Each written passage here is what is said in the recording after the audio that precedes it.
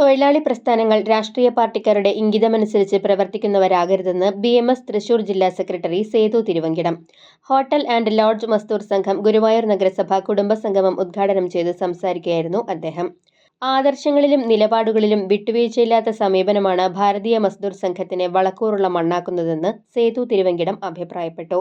കാഴ്ചപ്പാട് നമുക്ക് തന്നിട്ടുണ്ട്. അപ്പോൾ അതുപോലെ തന്നെയാണ് നമുക്ക് ഈ ജോലി എന്ന് പറയുന്നത് നമ്മുടെ വരുമാനത്തിൻ്റെ സ്രോതസ്സാണ്. കുടുംബത്തിനെ സംരക്ഷിക്കാൻ പറ്റുന്ന വരുമാനം കിട്ടുന്ന ഒരു സംവിധാനമാണ്. അതുകൊണ്ട് അതിനെ ആരാധനയായി കണ്ടുകൊണ്ട് പ്രവർത്തിക്കണം എന്നുള്ളതാണ്.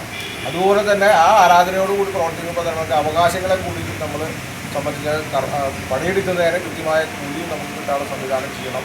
അതിനുള്ള അവകാശ സംവിധാനങ്ങളും നമ്മൾ എഴുതി കൊടുക്കണം. സംഘടനാ പ്രവർത്തനത്തിൻ്റെ ഒരു ലൈനാണ് BMS എക്കാലം ചെയ്യുന്നത്. ഗുരുവായൂർ നഗരസഭാ പ്രഭാരി VK സുരേഷ് ബാബു അധ്യക്ഷത വഹിച്ചു. BMS തൃശൂർ ജില്ലാ ജോയിന്റ് സെക്രട്ടറി ബിജു കാവിലക്കാട്, ഗുരുവായൂർ മേഖലാ president KA Jayathilakan, Santhosh Vellarakkad, KV Jagadish, Komala PM തുടങ്ങിയവർ സംസാരിച്ചു. മുതിർന്ന പ്രവർത്തകരെയും SSLC+2 പരീക്ഷകളിലെ ഉന്നത വിജയികളെയും യോഗത്തിൽ ആദരിച്ചു.